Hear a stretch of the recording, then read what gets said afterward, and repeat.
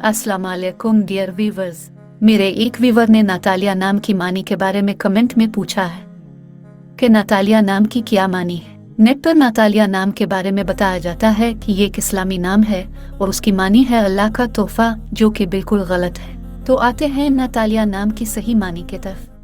Natalia is a Christian girl name, and its English meaning is Christ's birthday. Natalia ईसाई लड़की का नाम है जिसकी मानी है मसीह की साल, और उसके अंग्रेजी मानी है मसीह की सालगिरह, क्रिसमस पर पैदा होना। लिहाजा ये नाम रखना मुसलमानों के लिए सही नहीं है। नातालिया के बजाय नजालिया नाम रखना दुरुस्त है, जिसकी मानी है अल्लाह का तोहफा।